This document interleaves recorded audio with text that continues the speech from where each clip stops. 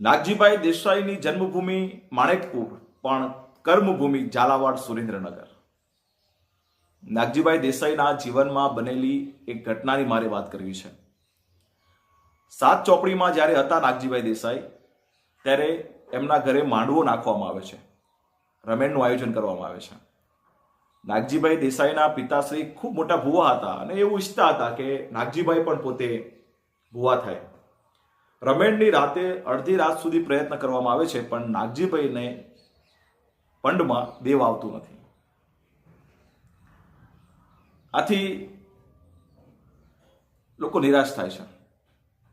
કેટલાક તો એવું કહે છે કે ભાઈ ભણેલા પણમાં દેવ ના આવે, અને 1930ના દાયકામાં આવી માન્યતાઓ પ્રચલિત હતી. આથી નાગજીભાઈ દેસાઈને શિક્ષણ છોડાવી દેવામાં આવે છે અને માલઢોર ચરાવવા માટે મોકલવામાં આવે છે. પરંતુ નાગજીભાઈ દેસાઈને કોઈ પણ ભોગે ભણવું હતું. એ ઈચ્છતા હતા કે કોઈ પણ ભોગે મારે શિક્ષણ મેળવવું છે. થોડા દિવસ પછી નાગજીભાઈના નાના ભાઈના લગ્ન લેવામાં આવે છે. ઘરમાં મહેમાનોની ચહલ પહલ ચાલુ છે. એ રાતે નાગજીભાઈ દેસાઈ ઘર છોડી દે છે. મુંબઈના એક શેઠિયાનું સરનામું એમની જોડે હોય એ લઈ અને જેમ તેમ કરીને મુંબઈ પહોંચે છે. પેલા શેઠ નાગજીભાઈ દેસાઈને જોઈને ખુશ થાય છે અને તેમના ઘરે ઘરઘાટી તરીકે કામે રાખે છે. નાગજીભાઈ કચરા પોતું વાસણ આ તમામ કામ કરે છે. મિત્રો, નાગજીભાઈ દેસાઈ આ ઘરમાં પોતાના વ્યક્તિ હોય એવી રીતે રાખવામાં આવે છે અને નાગજીભાઈ દેસાઈ પણ એવી રીતે રહે છે. ઘરના શેઠાણી નાગજીભાઈને રોટલી કેમ શેકવી, ખીચડી કેમ બનાવી, આવું તમામ માર્ગદર્શન આપી અને ઉત્તમ રસોઈયા બનાવે છે. નાગજીભાઈ દેસાઈ પોતે કહે છે કે આ બાઈના કુખે જન્મ લેવાનું થાય ને એવી સરળ બાઈ હતી. નાગજીભાઈ દેસાઈની શિક્ષણની ઉત્કૃષ્ટતા, શિક્ષણ માટેની પ્રેમ જોઈ અને એમણે શેઠ ઘાટકો પરની ગુરુકુળમાં એમનું એડમિશન કરાવે છે, જ્યાં વેદ સાહેબની મુલાકાત પૂજ્ય ભાઈ એટલે કે નાગજી દાદા સાથે થાય છે. ભણવામાં ખૂબ હોશિયાર નાગજીભાઈ ખૂબ સારું એવું પરિણામ લાવે છે અને વેદ સાહેબ એવું કહે છે કે ભાઈ જો તું ધારે ને તો તારું હોસ્ટેલમાં એડમિશન કરાવી દઉં. ત્યારે નાગજીભાઈ કહે છે કે સાહેબ, જેમના ઘરે હું કામ રહું છું ને એમના વિશ્વાસે હું છું ત્યાં, અને એમના પૂછ્યા વગર મારે આ નિર્ણય ના લઈ શકાય. આવું સાંભળી વેદ સાહેબ ખૂબ ખુશ થાય છે. મિત્રો, સમય જતા નાગજીભાઈ દેસાઈને પોતાને વતનની યાદ આવે છે, પોતાના માતૃશ્રીની યાદ આવે છે, એટલે મુંબઈ છોડીને પાછા ગુજરાત આવે છે. ગુજરાતમાં એક સ્વજન અને સજ્જન ના ત્યાં પાટણમાં શિક્ષણ મેળવતા હોય. નાગજીભાઈ દેસાઈ પાટણમાં છે એવી વાત જ્યારે એમના પરિવારજનોને ખબર પડે છે ત્યારે એને લેવા માટે જાય છે. નાગજીભાઈ દેસાઈને આ વાતની ખબર પડે છે કે એ લોકો લેવા આવી રહ્યા છે ત્યારે પોતે પાટણ છોડી અને મહેસાણા આવે છે. એ જ રાતે મહેસાણાની એક ટ્રેનમાં બેસી અને નાગજીભાઈ પાછા ભાગી નીકળે છે. મિત્રો, આ ટ્રેન ક્યાં જઈ રહી હતી એ નાગજીભાઈને ખબર નહોતી. અને હું એટલા સુધી કહીશ કે નાગજીભાઈ ક્યાંય નહોતા જઈ રહ્યા, પરંતુ નાગજીભાઈની નીતિ એમનું ભવિષ્ય એમને લઈ જઈ રહ્યું હતું. વહેલી સવારે નાગજીભાઈ દેસાઈ ભાવનગર પહોંચે છે. ખૂબ ભૂખ લાગી છે મિત્રો, પણ જમવાનું આપે કોણ? ભાવનગરના રેલવે સ્ટેશને જે તે સમયે કુલીનું કામ મહિલાઓ કરતી હતી. આ નાગજીભાઈ દેસાઈ જુએ છે અને પોતે કુલીનું કામ કરે છે. મિત્રો, પહેલું મજૂરી કરીને જે પૈસા મળે છે એમાંથી 2 પૈસાના ચણા, 2 પૈસાનો ગોળ લઈ નાગજીભાઈ દેસાઈ ખાય છે. અને હવે તો ભાવનગરના રેલવે સ્ટેશન પર ઊંઘે છે.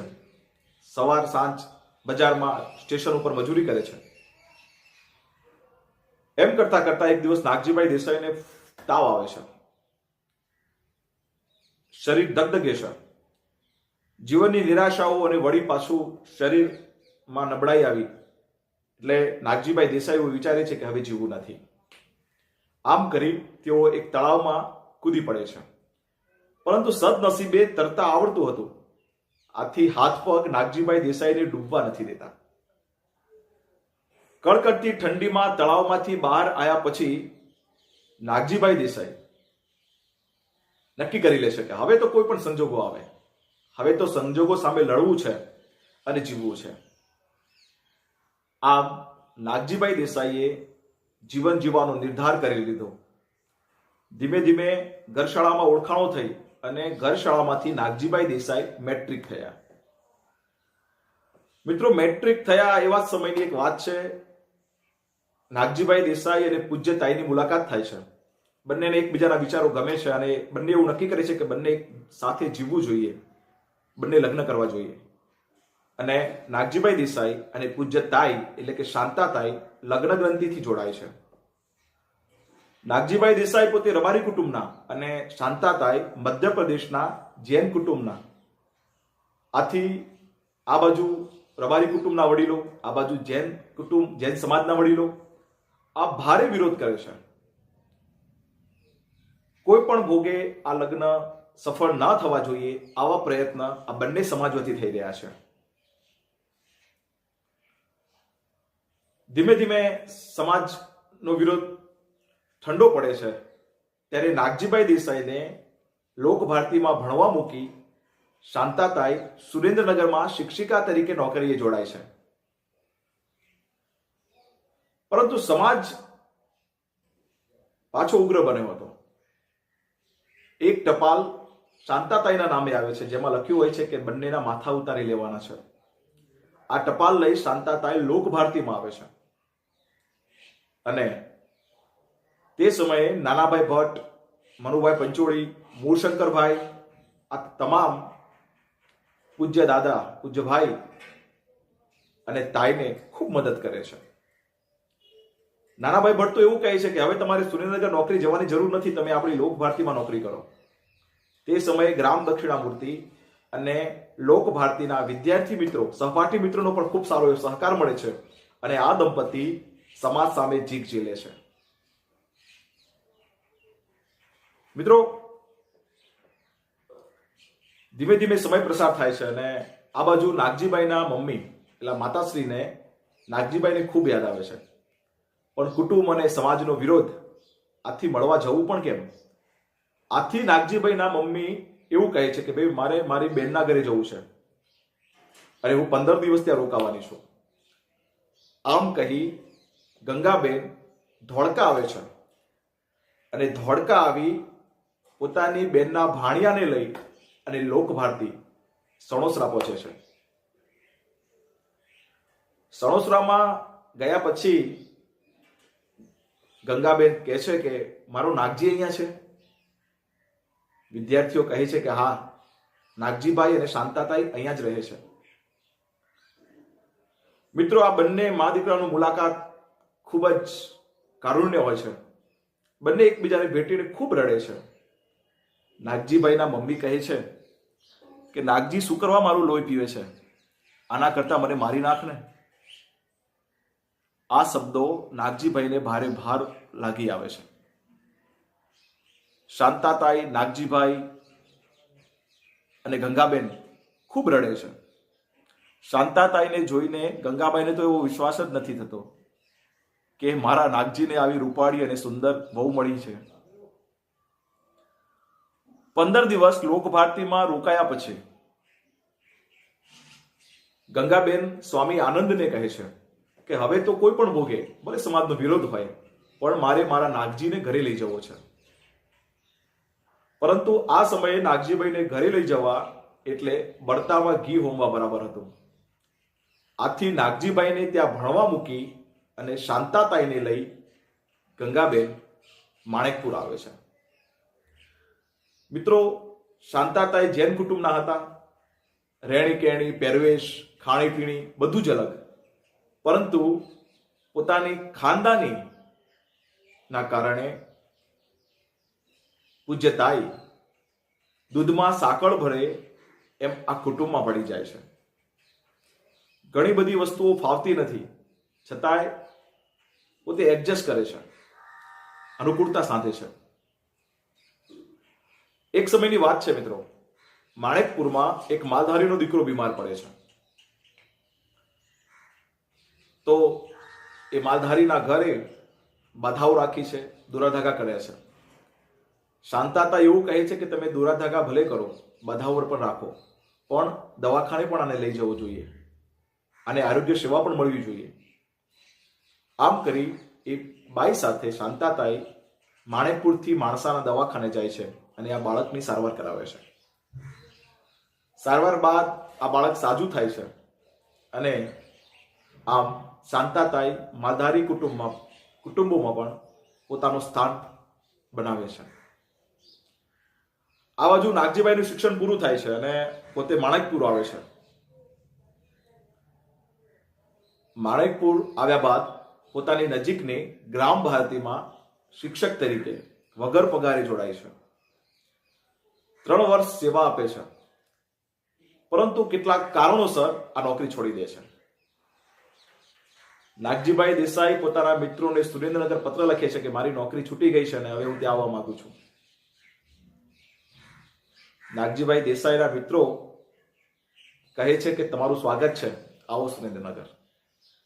મિત્રો, ફરી એકવાર હું અહીંયા કહીશ કે નાગજીભાઈ દેસાઈને ઝાલાવાડની ધરતી, ઝાલાવાડની ભૂમિ પોકારી રહી હતી, સાદ કરી રહી હતી. નાગજીભાઈ દેસાઈ સુરેન્દ્રનગર આવે છે, પૂજ્ય તાઈ પણ આવે છે, બંને નોકરીએ જોડાય છે. અને નાગજીભાઈ દેસાઈ હવે કહે છે કે ભાઈ હવે કંઈ કરવું નથી, થાક્યો છું, હવે શાંતિથી રહેવું છે, બસ ખાવું પીવું છે અને નોકરી કરવી છે. પરંતુ ભવિષ્ય અને નિયતિને આ મંજૂર નહોતું. એમને તો નાગજીભાઈ જોડે ઘણા કામ કરાવવા હતા. નાગજીભાઈ દેસાઈ શિક્ષણની સાથે સાથે પોતાના મિત્રો અને વિદ્યાર્થીઓ પાસે જૂના ધાબળા મગાવે અને ઠંડીમાં ઠૂઠવાતા લોકોને રાતે જઈને ઓઢાડે. નાગજીભાઈ દેસાઈ એવો આગ્રહ રાખતા કે નવા ધાબળા ન લાવવા, કારણ કે નવા ધાબળા વેકી આ લોકો પૈસા ઉભા કરી લે છે. અને આ તો એમનો જાત અનુભવ હતો. એટલે જૂના ધાબળા ઉઠાડવાનું કામ રાતે થઈ રહ્યું હતું. એવા સમયની વાત છે.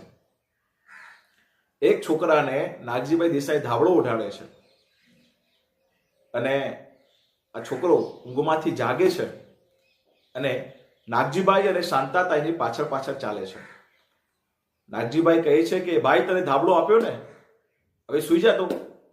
પરંતુ છોકરો કંઈ પણ સાંભળ્યા વગર પૂજ્ય ભાઈ અને તાઈ સાથે ચાલી નીકળે છે. નાગજીભાઈ દેસાઈ પોતે ઘરે આવીને સુઈ જાય છે. આ છોકરો પણ બાર ઓટલા ઉપર સુઈ જાય છે. સવાર પડે છે. નાગજીભાઈ દરવાજો ખોલે છે તો આ છોકરો ઓટલા ઉપર સૂતેલો જોવા મળે છે. નાગજીભાઈ દેસાઈને ઉઠાડે છે, મોઢું ધોવરાવે છે અને ચા નાસ્તો કરાવે છે. મિત્રો, આ બંને દંપતી આ ગરીબ છોકરાને ખૂબ ઘસી ઘસીને વહાલથી નવરાવે છે, એને ખવડાવે છે. એને ડોક્ટરી સારવારની જરૂર હોય છે તો એ પણ કરાવે છે. 2-3 દિવસમાં છોકરાને આ મોઢા ઉપર ચમક આવી. પરંતુ નાગજીભાઈ દેસાઈને હવે રાતે ઊંઘ નથી આવતી. તાઈ કહે છે કે કઈ તકલીફ છે? છેલ્લા 2-3 દિવસથી હું જોઉં છું કે આપ સુમસાન રહો છો, મૂંગા રહો છો. ભાઈ કહે છે કે તાઈ, હું એવું વિચારું છું કે આ એક છોકરો આવો છે તો દુનિયામાં આવા કેટલા છોકરા હશે.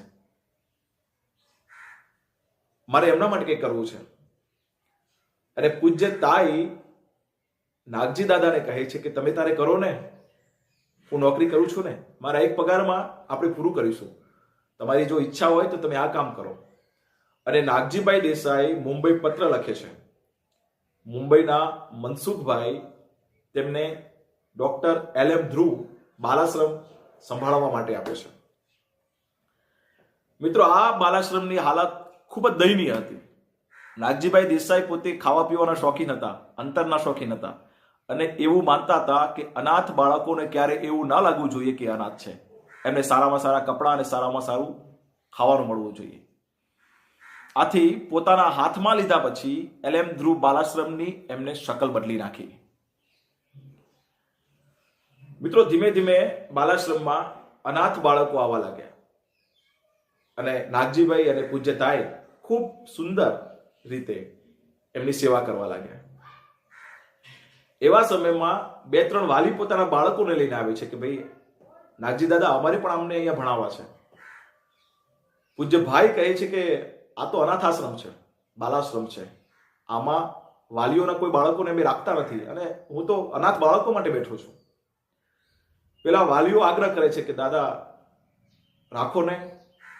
આગ્રહને વશ થઈ 3-4 બાળકોને રાખવામાં આવે છે અને એ બાળકો સાથે વાત કરતા એવી ખબર પડે છે કે એમના વાલી જ્યારે સ્થળાંતર કરી અને ખેતીના અર્થે ધાંગધ્રા જાય છે ત્યારે અમને ક્યારેક ક્યારેક ભૂખ્યું રહેવું પડે છે. અને આ જ વિચારમાંથી છાત્રાલયનો જન્મ થયો. મિત્રો, નાગજી દાદા સુરેન્દ્રનગરના વેપારીઓ જોડે જઈને કહે છે કે ભાઈ મારી જોડે પૈસા નથી પણ મારે આ બાળકોને ખવડાવવું છે. વેપારીઓ પણ હોશે હોશે કહે છે કે નાગજીભાઈ તમે સારું કામ કરી રહ્યા છો, અનાથ બાળકો માટે કામ કરી રહ્યા છો, તમારા પૈસા ખોટા નહીં થાય તમે તમારે લઈ જાઓ. અને 3 બાળકોથી શરૂ થયેલું 15 બાળકો થયા અને હવે તો જગ્યાની પણ અગવડતા પડવા લાગી. ફરી મુંબઈના મિત્રોને યાદ કરે છે, મનસુખભાઈને પત્ર લખે છે અને એમની મદદથી સુરેન્દ્રનગરથી 5 કિલોમીટર દૂર 35 એકર જમીન લેવામાં આવે છે. આ 35 એકર જમીનમાં 5 એકરમાં સંસ્થાનું બાંધકામ અને 30 એકરમાં વિદ્યાર્થીઓ જાતે ખેતી કરે છે, અનાજ પકવે છે, શાકભાજી પકવે છે, ફળફળાદી પકવે છે. આ જ કેમ્પસની અંદર એક ગૌશાળા તૈયાર કરવામાં આવે છે અને એનું દૂધ પણ આ બાળકોને મળી રહે તેવી વ્યવસ્થા કરવામાં આવે છે. મિત્રો, એક વિચારમાંથી લોક વિદ્યાલયનો જન્મ થયો. પછી તો માધ્યમિક શાળાની મંજૂરી પણ મળી, સરકારશ્રીની ગ્રાન્ટ પણ આવવા લાગી અને નાગજીભાઈની સુવાસ પણ પ્રસરવા લાગી. હવે લોક વિદ્યાલયમાં ભણેલા વિદ્યાર્થીઓની એવી ફરિયાદ હતી કે દાદા અમારે પીટીસી કરવી છે પરંતુ બીજે ક્યાંય એવું પ્રવેશ મળતું નથી, દૂર પડે છે, પૈસા નથી એટલા બધા. ફરી નાગજીભાઈ દેસાઈ પીટીસી કોલેજની મંજૂરી લે છે અને પીટીસી કોલેજ શરૂ થાય છે. ત્યાર પછી તો કન્યા કેળવણી વિશે પણ ખૂબ મોટું કામ કરે છે. મૈત્રી વિદ્યાપીઠ આનું જીવતું જાગતું ઉદાહરણ છે. મિત્રો, નાગજીભાઈ દેસાઈએ પોતાના જીવન દરમિયાન 4 વટવૃક્ષો ઉભા કર્યા છે: બાલાશ્રમ, લોક વિદ્યાલય, માનવ મંદિર અને મૈત્રી વિદ્યાપીઠ. આજે પણ આ સંસ્થાઓ ખૂબ જ સારું કામ કરી રહી છે. આજે પણ સમાજમાં હજારોની સંખ્યાઓમાં નાગજીભાઈ દેસાઈની સંસ્થાઓમાં તૈયાર થયેલા શિક્ષકો કામ કરી રહ્યા છે, જેમને હું વ્યક્તિગત કેટલાકને ઓળખું છું અને એ જાણું છું કે એમના મુખે નાગજીભાઈ દેસાઈના વખાણ થાય એ પૂજ્ય ભાઈ અને પૂજ્ય તાઈને આજે પણ ભૂલ્યા નથી. મિત્રો, બાલાશ્રમની એક વાત કરું કે અહીંયા જે અનાથ બાળકો આવે ને એમની અટક ભારતીય રાખવામાં આવે છે. આ ખૂબ સારી બાબત જોવા મળે છે. નાગજીભાઈ દેસાઈએ ઝાલાવાડની ભૂમિને શિક્ષણની ભૂમિ તરીકે સ્થાપિત કરી દીધી. મિત્રો, હજારો ઘરોમાં શિક્ષણનું અજવાળું કરી છોકરા અને છોકરીઓને, દીકરા દીકરીઓને એમના પગ ઉપર ઉભા કરવાનું કામ નાગજીભાઈ દેસાઈએ કર્યું છે. 2001ના ભૂકંપ પછી કેટલીક સંસ્થાઓને નુકસાન થયેલું અને નાગજીભાઈ દેસાઈએ મુંબઈ પત્ર લખ્યો કે ભાઈ આવું નુકસાન થયું છે. તો નાગજીભાઈ દેસાઈને મુંબઈ બોલાવવામાં આવે છે. એક રાતની મીટિંગમાં નાગજીભાઈ દેસાઈ પોતાની વાત કહે છે અને એ જ રાતે નાગજીભાઈની વાત ઉપર 60 લાખ રૂપિયા ભેગા કરીને નાગજીભાઈ દેસાઈના હાથમાં મૂકવામાં આવે છે. આ તમામ લોકો, મિત્રો, જેમને પૈસા આપ્યા હતા એ જાણતા હતા કે નાગજીભાઈ દેસાઈ 1 રૂપિયાનો ₹1.25 કરી સમાજ સેવા માટે પાછો આપશે.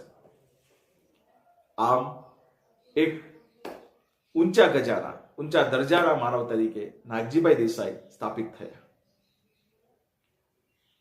મિત્રો, હું પૂજ્ય તાઈશ્રીનો પણ આભાર માનું છું કે જેમને એક માલધારીના દીકરાને સમાજ સેવા માટે પ્રોત્સાહિત કર્યો, જેમને ખભે ખભો મિલાવી અને નાગજીભાઈ દેસાઈ સાથે કામ કર્યું, એમના સુખ દુઃખમાં સહકાર આપ્યો, એમના સુખ દુઃખમાં સાથ આપ્યો. મુંબઈના એ તમામ ટ્રસ્ટીઓને, મુંબઈના એ તમામ સજ્જનોને, મહાનુભાવોને પણ આ પ્રસંગે યાદ કરું છું અને આભાર વ્યક્ત કરું છું કે સમાજ સેવા માટે નીકળેલો એક માણસ, જેનો નેમ હતો કે સમાજ ઉજળો થાય, સમાજ શિક્ષિત થાય, સમાજ જાગૃત થાય, આ નેમને પહોંચી વળવા માટે આપ સૌએ મદદ કરી છે. આપ સૌનો પણ આભાર વ્યક્ત કરું છું. મિત્રો, આજે પણ આ 4 સંસ્થાઓ ખૂબ સારું કામ કરી રહી છે. આજે નાગજીભાઈ દેસાઈના દીકરા નિખિલેશ દેસાઈ, ડોક્ટર નિખિલેશ દેસાઈ, જયશ્રીબેન પોતે પણ વૈષ્ણવ વાણિયા છે. આ બંને દંપતીના દીકરા અને દીકરીઓ પણ ડોક્ટર છે અને સંસ્થાનો વહીવટ જયશ્રીભાઈ અને ડોક્ટર નિખિલેશભાઈ દેસાઈ કરી રહ્યા છે. મિત્રો, જયશ્રીબેન સાથે મારે હમણાં થોડા દિવસ પહેલા ફોનમાં વાત થઈ કે બેન, કેટલાક પ્રશ્નો છે, પૂજ્ય તાઈ ક્યાં રહે છે, સંસ્થાનો વહીવટ કોણ કરે છે? તો જયશ્રીબેને મને ખૂબ સરળતાથી કહ્યું હતું કે ભાઈ અલ્પેશભાઈ, આજે પણ અમે લોકો બાલાશ્રમમાં રહીએ છીએ. અમારા બહાર મકાનો છે મોટા, પણ અમને બાલાશ્રમ છોડીને જવાનું થતું નથી. પૂજ્ય તાઈ અને ભાઈનો જીવ બાલાશ્રમ સાથે જોડાયેલો છે, એટલે બાલાશ્રમની દિવાલ અને મારા બેડરૂમની દિવાલ એક છે. આજે પણ અમને અહીંયા રહેવું ગમે છે. મિત્રો, નાગજીભાઈ અને પૂજ્ય તાઈના સંસ્કારો એમના પૌત્ર પૌત્રીમાં, એમના સંતાનોમાં ઉતર્યા છે. આજે આ મહાનુભાવની વાત કરીને હું પણ ગદગદિત થઈ ગયો છું. માલધારી સમાજને જેમને ગૌરવ અપાયું છે, માલધારી સમાજને જેમને એક મુકામ અપાયું છે.